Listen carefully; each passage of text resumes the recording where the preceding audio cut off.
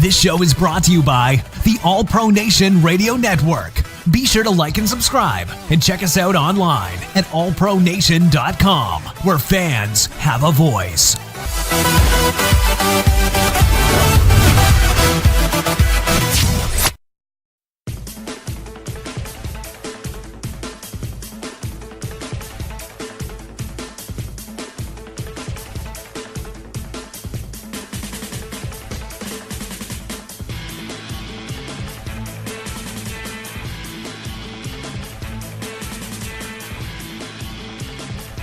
Hello and welcome, everybody. It's a beautiful Tuesday afternoon here in Wilmington, Delaware. It's the Sports Greek Podcast, episode number 15. Hope everybody had a great weekend. Hopefully got to watch some sports. I know there's a lot of excitement in the NBA right now. Their season's getting ready to end.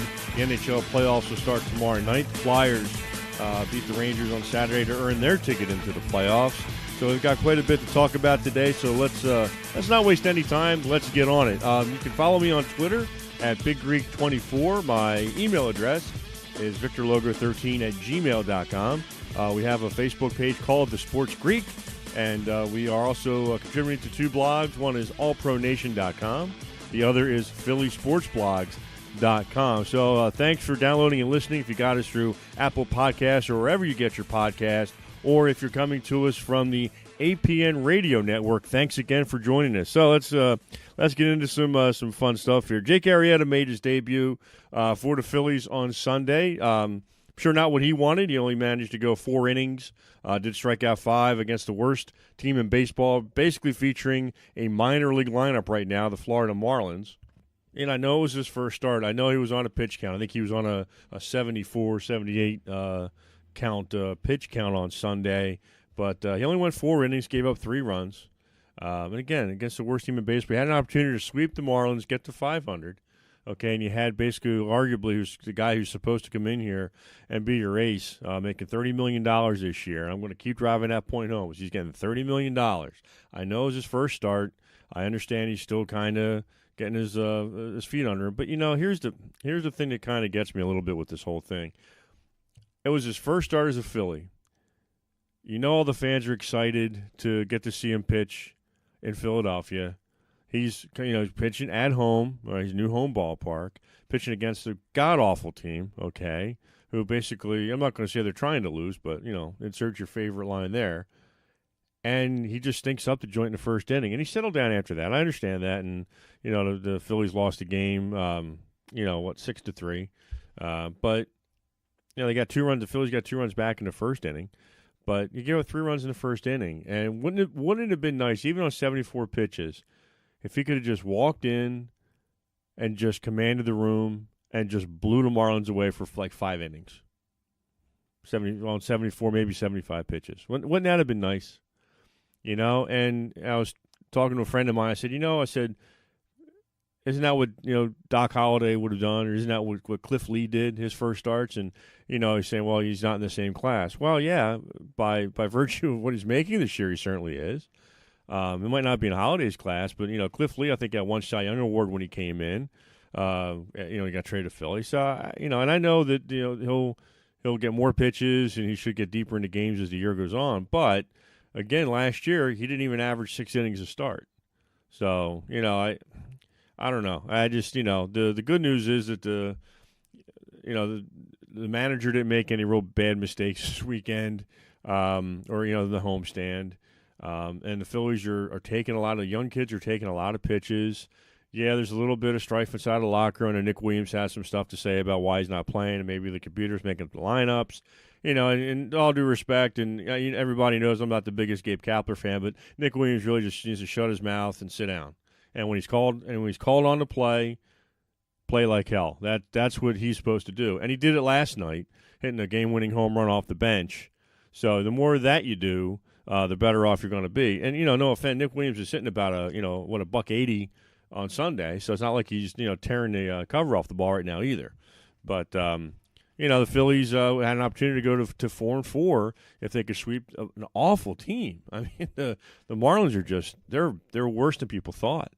And I heard somebody say last night that the Marlins would struggle to win 50 games this year.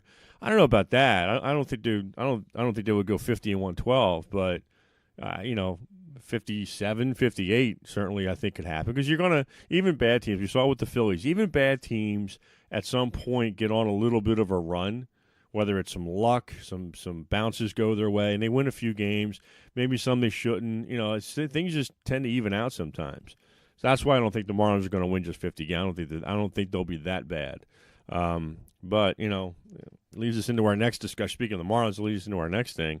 The Yankees right now, like the worst possible convolution of all the forces in the sports world have all now come together and gone bad for the Yankees. The Knicks, Nets, Islanders, Rangers are all not in their playoffs in the NBA and NHL, okay?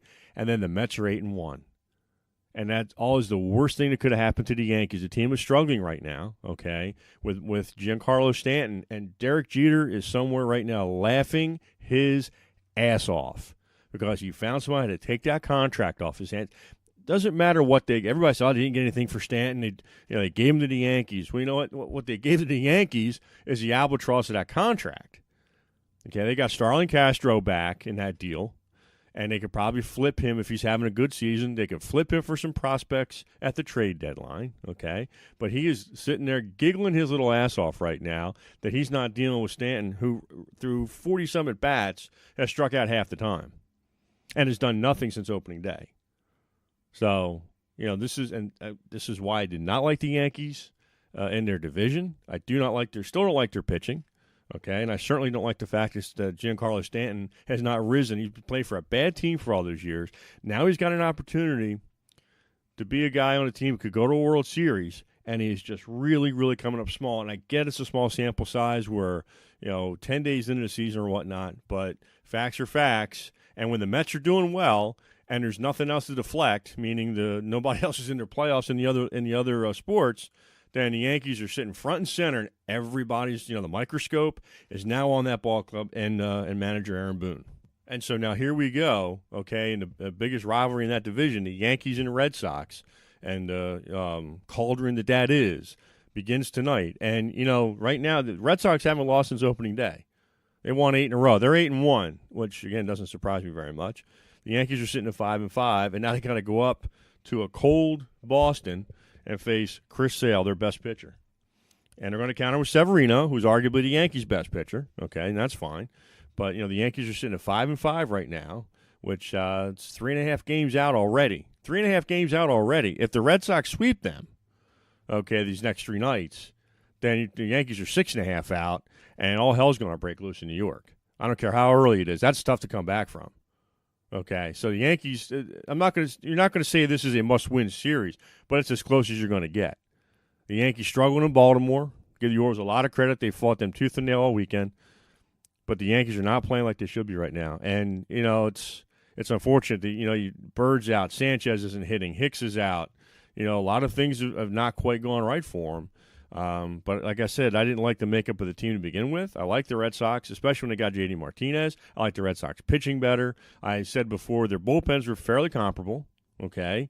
But I until proven otherwise, I like the Red Sox to win this division. And, boy, they're going to have a chance to really put their screws to the Yankees at home here. So they got Severino and Sale tonight. That's tonight's matchup. Looking at tomorrow, once I pull it up here. Okay, tomorrow night you're going to have Tanaka against Price, another fantastic pitching matchup. And then the Thursday game, Porcello's going to go for the Sox. Yankees haven't announced their starter yet, so we'll see who they throw out there. But again, might not be a must-win series, but it's as close to one as you're going to get this early in the year. And then on the other side of things, the Mets are sitting at 8-1. Familia's locked down 5 games and 5 tries. If they hadn't used Reese over the weekend, he'd probably have 6 out of 6. It's the first. I think I saw the stat. Familia's the first guy in Mets history to save five games in their first 9 contests. If they win tonight, it'll be their first 9-1 start in franchise history. So the old guys are staying healthy. They're getting good pitching. DeGrom and Syndergaard are doing what they're supposed to be doing, and the schedule's helping them out a little bit too. They got to play the Phillies early. They're playing the Marlins now. They swept the Nationals, which nobody expected them to do. So, the Mets certainly right now are playing fantastic baseball. Every button Mickey Callaway pushes seems to go right for him. Okay, Cespedes, despite flu-like symptoms, makes a great throw in one game, gets a game-winning hit in another after going over for the whole game. Adrian Gonzalez is hitting the ball well. The young shortstop is doing well. Everything's going right for the Mets right now. So we'll see how long that will last. The Nationals are going to become the Nationals. Now, the Mets did get to escape Scherzer over the weekend. Scherzer threw Monday night and threw a shutout, as a matter of fact. I think he threw. This is what an ace does. Let me just run this up here. So Scherzer goes 9 innings, complete game, 2-hitter, strikes out 10, doesn't walk a batter, and he goes exactly 100 pitches. 102 pitches, 72 of them strikes. As a matter of fact, that's just amazing. That's what an ace does. 2 hours and 21 minutes. 2 hours and 21 minutes. Somewhere Rob Manfred was very happy about that. 2 hours, 21 minutes last night down in Washington as they dispatched the Braves in 2 hours and 21 minutes with Scherzer on the mound. That's what an ace does.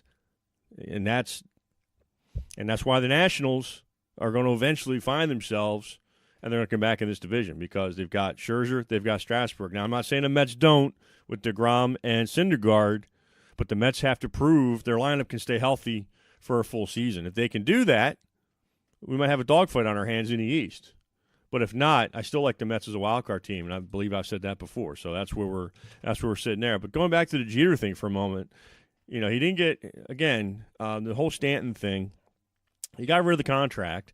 He traded Yelich. Yelich is on the DL, and he got a good prospect there in Brinson from the Brewers. Ozuna's doing well for the Cardinals, hitting 326 right now. He plays a fantastic defensive outfield.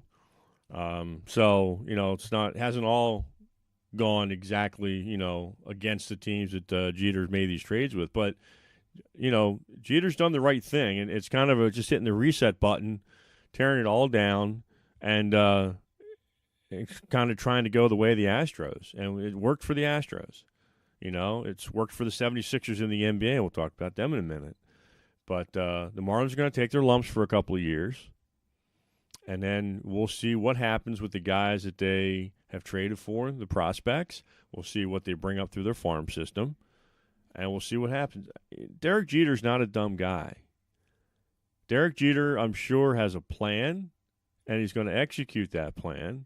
Whether it works or not, we'll see. But he's not a dumb guy. Will Giancarlo Stanton continue to strike out 50% of the time all year? No, he won't. But for now, he's not looking good. And, that light is going to get hotter. That microscope is going to come down harder, and especially if the Yankees don't win at least 2 out of 3 these next 3 nights. So they damn well better do that. So we'll see what happens there. And how about the Angels out in the West? They're 8-3. They're 8-3, and so much for poor spring training for Ohtani. What did you got? 1 hit over 7 innings against the A's this past weekend. Struck out 12. He's tagged 3 home runs in a week. It was the American League Player of the Week, and his OPS is something like 1,700 right now. I think he's hitting 460 with like a 5-something slugging. 5-something on base percentage and 1,100 slugging percent. And these numbers are gaudy because it's earlier in the year. So, yeah, but still, pretty impressive given the fact this guy batted about 100 in the spring, and his ERA was about 20. So, the first start was good, a little shaky. Gave 4 runs over 6. A lot of that was on 1 home run. And then he had the latest start, and 7 shutout innings. He was perfect for I think 6 1/3 of it. So that's command. That's dominant, as a matter of fact. And it's too early to start making a big deal out of him, but it's fun to watch, right? Isn't it? It's fun to watch. It'd be fun to watch a team in the West actually give the Astros a little bit of a run. And the Astros start out 8-2. So the Angels are off to a fantastic start. But unfortunately they're in that same division. But we'll see. Again, the Angels have probably the best player in baseball that nobody really gets to watch, and Mike Trout. Just a great player playing center field for the Angels. People think Bryce Harper's special. Buy the MLB package. Watch some Angels games. Okay? Because all Mike Trout does is go out and grinds out every single day, every single at-bat. He plays better defense than Bryce Harper. And again, Bryce Harper's a great player. Okay? But Mike Trout does it day in and day out, every year. Harper's had a couple of kind of up and down seasons. But Trout's just been phenomenal. Absolutely phenomenal. But the Angels are off to a nice 8-3 start. Ohtani is delivering as advertised. We'll see what happens now. Teams will make adjustments. Pitchers will make adjustments to him the more at-bats he gets. And hitters will make adjustments to him the second time around as well. So we'll see, what happens after he goes through the league and see what adjustments are made. And I will say, I believe he slugged 500. Overseas. So it's not like he can't do it. They just all depend on the adjustments that he makes as opposing teams and managers adjust to him. Just looking around the league a little bit, looking at surprise and everything. Here are the Cubs again, off to a slow start. And again, we're talking 9 games. They're 5-4. They just lost Anthony Rizzo. He's on the DL, the 10-day DL. We'll see how long it lasts. But in the meantime, the Pittsburgh Pirates, who traded McCutchen in the offseason, traded Cole in the offseason, here they are at 7-2. Nobody had that, I'm sure. Arizona, who I swear couldn't score a run in the few games I saw him play in spring training, they're 8-2. Okay, they're off to a hot start without Steven Souza in the lineup, who hurt himself in a game against the Giants a couple weeks ago out in Salt River Fields. So go figure. The Dodgers are 3-6. They're scuffling right now. Kenley Jansen got off to an awful start his first few appearances. The Giants are sitting at 4-5, and that's pretty damn remarkable given that their pitching does not include Samardzija and Madison Bumgarner right now. They're trying to piece it together. Buster Posey's off to an amazing start. He's sitting about 325. Catcher for the Giants, showing some power and driving a few runs. Colorado's scuffling around, 5-6. I don't think they're that good anyway, to be honest with you. I think they're going to miss Mark Reynolds a lot more than people think.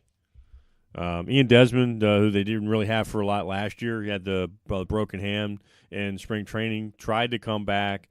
And with those hands, sometimes, even if they're healed, it takes a while for the power to come back. As Desmond hit for a decent, I think he hit about 280 last year, but he slugged under 400. And that just shows that, he just didn't have the strength and the power in the hands and everything. But going back to the NL Central for a second, the Pirates 7-2. You got the Cubbies are 5-4. The Brewers are 6-5. They're another team I said were ripe for a step backwards, but they're hanging in there. The Cardinals are 4-6. I don't think we've seen the last of them. Obviously, I think they're still a pretty good ball club.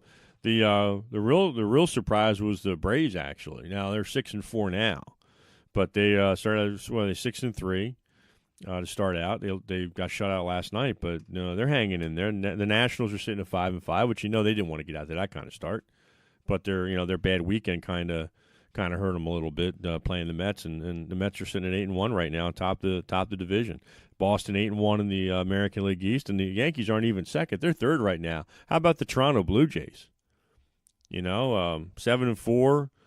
Jay Happ pitches a nice ball game last night against Baltimore. He only went 5 innings, but won 21 games a couple of years ago. Looks like he's coming back after missing some starts last year. Dylan Bundy pitched a fantastic game for the Orioles. They got wasted. Their bullpen completely blew it, and they ended up losing the ball game last night. But the Orioles are 4-7. A little bit of luck. They could be a little bit better than that. And I said I liked them before. Here's a team, too, that they went into spring training with very little in the way of pitching and walked out with quite a bit. They're going to bring up Hunter Harvey, their top pitching prospect. But the Orioles could make a little bit of noise. They had the bats. They're the baseball version of Arby's. Arby's, we have the meats. Baltimore's got the bats. So we'll see what happens. I still like the signing of Cobb. I like them bringing in Cashner. They brought Tillman back, who's just a year removed from a fantastic season. He just never got on track last year. The big thing they're missing is Britton. I think Brock can close for him. He's very good. But once you get when they can get Britton back, then that kind of slides the other guys up a little bit, and then you've got your 7th and 8th inning covered a little bit better. So, and they're also without Mark Trumbo, who hit 47 home runs 2 years ago for him. Cleveland's leading the Central 5-5. The Twins are 4-4. The White Sox, who I said could be dangerous if they got some pitching, they're 3-6, and mainly because they really don't have any pitching. They got bats, they'll hit, they'll be a fun team to watch, but they're not going to be much of a challenge, as will the Royals. And again, in my opinion, the Astros, I'm sorry, are 9-2. I'm sorry, I stole a win from them. I said they're 8-2, they're 9-2. Then they're as advertised. Nobody's surprised by that, right? I mean, the Astros they might be better this year than they were last year because now they've got Verlander for a full season. That's just that's scary. The Astros could very easily just run right back and win another World Series. They could go back to back. So that's scary that could happen. And people thought the Cubs could do it last year. People thought when the Indians were on their 20-some-odd game winning streak last year that they were just going to roll right through the playoffs in the World Series. So I thought the Dodgers were too. The Dodgers at one point had some ungodly winning percentage. So we'll see. The Angels are sitting at 8-3. The Mariners are 4-4. I said the Seattle Mariners could be a kind of a dark horse if King Felix is healthy and can pitch like not as dominant as he was in his prime, but. If he can just be good, the Mariners could certainly make a bit of a run. And no surprise, Texas is sitting at 4-8.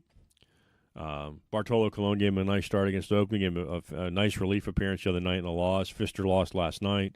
Didn't pitch terribly, but they lost to Shields already to a broken bone. It's not a very good team. They're another team that looked like in the spring training was going to struggle to score. And that seems to be the case with the Rangers. So, baseball is getting exciting. You've got this great matchup this week with the Yankees and Red Sox, and that's always a great matchup. No matter where the teams are on the standings, that's just a great series to watch every year because there's always some storyline, always some kind of drama that'll unfold. So we'll see how that series works out.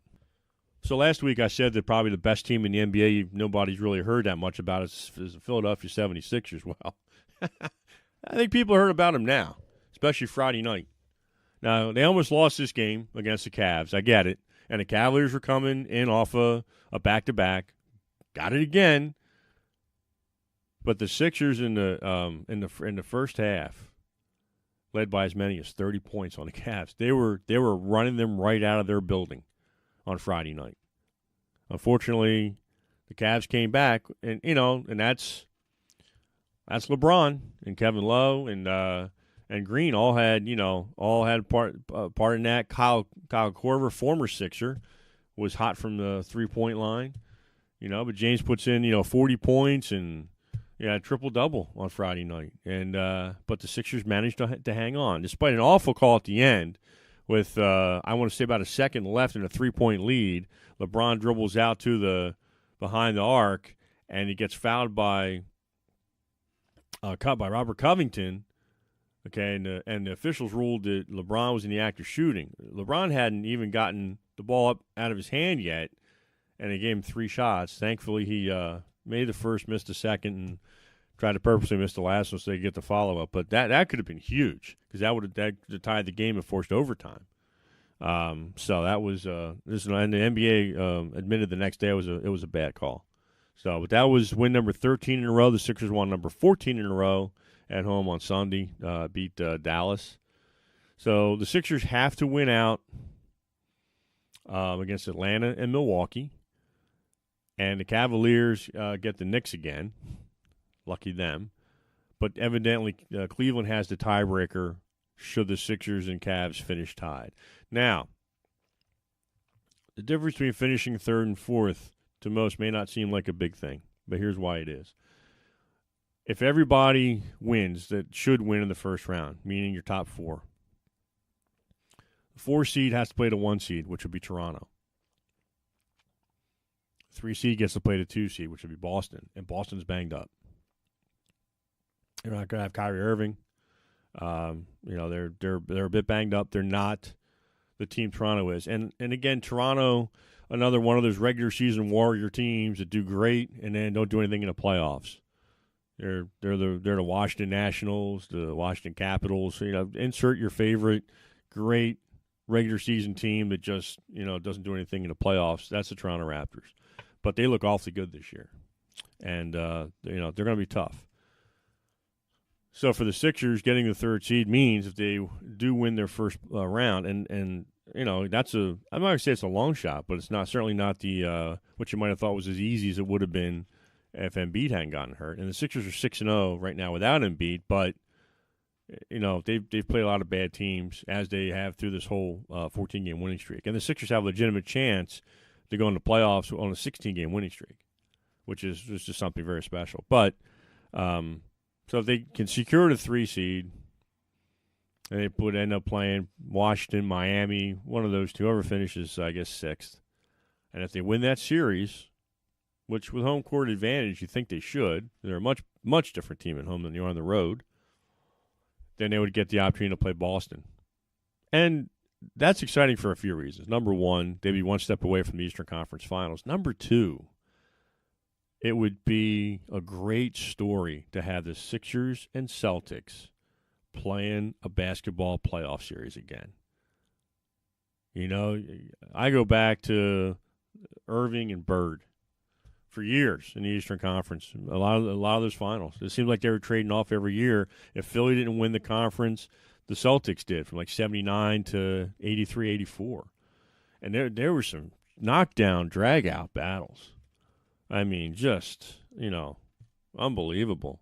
So that would be a lot of fun to see this Sixers team with hopefully a healthy Embiid back and Ben Simmons if they can get there. And even Fultz, their first pick in the draft this year, he's played much better since his return. He really has. Hasn't started. He's been on the second team, but it gives the Sixers some depth in scoring. They're the second unit when they rest Simmons and Embiid and bring in the Bellinellis and the Ilyasovas and the Fultz. They're able to score. They're able to put points up. They're not just trying to hold the lead. They're actually able to run some points up too. And I said it was a week, maybe 2 weeks ago. I said Brant Brown should be the coach of the year, if not for no other reason. He survived the pit of misery for the few years they were trying to, not going to say tank, but through the process, as they like to say in Philadelphia. So you have that, but beyond that, Ben Simmons should be Rookie of the Year, and Donovan Mitchell is a great player. Donovan Mitchell has been the man for Utah. I know at one point they had a big winning streak. I think they won as many as 12 in a row, and they're in the Western Conference playoffs, and they're a good ball club. And Donovan Mitchell is a wonderful rookie. He's going to be probably a great player. But looking at the statistics, and there's some contrasts, there's some stark differences here. So both Mitchell and Simmons, 33 points, 33 minutes a game. Mitchell's 33.5, Simmons 33.9. Mitchell scores more, 20.5, Simmons 16. But here's where the real difference is. Donovan Mitchell's assists and rebounds are both 3.7 a game, whereas Simmons' averages are 8.1 assists, 8.2 rebounds. And here's the other thing. Let's look at the triple doubles. This is where Ben Simmons really shows how great he is. The record for triple doubles by a rookie in a season is 26 by the great Oscar Robertson. Okay, right now Ben Simmons is second, and right now as of today, Ben Simmons has 12 triple doubles. He passed Magic Johnson's rookie record in the middle of March. I think Magic had 7. So when Simmons got his 8th, he passed Magic. And to be fair, in some of these games the Sixers have been blowing teams out, Simmons hasn't even played the last quarter. There was a game last week that had he played the fourth quarter, he was only like 3 or 4 assists away from another triple-double. So there's been some load management there, and that's been in play that's kept Simmons on the bench and not able to do that. But Ben Simmons right now, you look at the current triple-double leaders in the NBA, Westbrook, 25, LeBron James, 18. Ben Simmons is third with 12. Any guesses as to how many Donovan Mitchell has? Well, you don't need any hands to count. He's got none. He has no triple-doubles whatsoever. And I'm not saying that makes him a lesser player. He's a solid player. The roles for Simmons and Mitchell for their respective teams are different. You're going to get people that are going to argue that, Simmons should have been a rookie last year. He had access to the coaching staff. He got to practice with the team, blah, blah, blah. Oh, well, the rules are the rules. It's not Ben Simmons' fault that the NBA has the rookie rule the way they have it. Major League Baseball does it too, I hate to tell you. If you haven't amassed, I think it's 144 at-bats, and I want to say 40-some or 50-some days on a major league roster, you're still a rookie. So, if the Phillies, if they wanted to, could have sat Rhys Hoskins for, last month of the season or so, not letting him get past that, he'd be a rookie this year, which would have been a joke, but it happens. Ichiro Suzuki was a rookie when he came over. Ohtani's a rookie, and these guys all have professional experience. So, to that, Simmons should be the rookie of the year. And until the NBA changes the rule, I'm sorry, but I can't take into account the fact that Ben Simmons was essentially redshirted last year. They had no reason to play him down the stretch, even though he might have been healthy. They did the right thing, because if he'd gotten hurt again, Lord knows, what he'd be this year. And, the fact that he has really picked his game up in the absence of Embiid says a lot for the kid. They're 6-0 without Embiid, and I don't care who they're playing. One of those games was against the Cavs, okay, and Simmons had a great game. And, the whole point of this is if you're that great, you're gonna elevate your game. I saw Magic Johnson as a rookie in a playoff series, in the Eastern Conference. No, I'm sorry, in the NBA Finals. My bad, against the Sixers. Kareem got hurt. They had to start Magic at center, and he took over the game. The Sixers had no answer for him. So Embiid gets hurt, and I know Simmons isn't starting at center, but Simmons is scoring more, getting more rebounds. He's essentially picking up and the missed offense that Embiid gives you, and some of the missed defense for that matter. So again, in my mind, Ben Simmons, hands down, is the rookie of the year in the NBA this year. So before we go, I wanted to send out birthday wishes to Kevin Riley, who was the first guest I ever had on the podcast. He gave us his expertise all the way through the Super Bowl this past season. Former Eagle linebacker Kevin Riley, great guy, consummate professional. Enjoyed working with him thoroughly through the NFL stuff. Trying to get him back on to see if I can get some of his pearls of wisdom to discuss some of the Eagles' moves, as well as maybe some draft stuff before the NFL draft. But our schedule's just having a line, but we'll keep trying. Just want to say happy birthday to Kevin Riley, and hope all is going great with him. So, again, Twitter, you can follow me there, at BigGreek24. Email address is victorlogo13@gmail.com. The Facebook page is The Sports Greek, and the blogs that we contribute to at this point are allpronation.com and phillysportsblog.com. So everybody have a great rest of the week. Enjoy the sports. If you're a Yankees fan, I hope they show up in Boston. If you're a Red Sox fan, hey, I hope they put the screws to the Yankees. That's going to be that's the series of the week in Major League Baseball. I know the NHL playoffs start on Wednesday, and since every team makes it, they'll be playing playoff games till about July. And then I think the NBA playoffs start next week. So got a lot of exciting sports to talk about, and we'll do it with you next week. Thanks again for listening. Have a great week.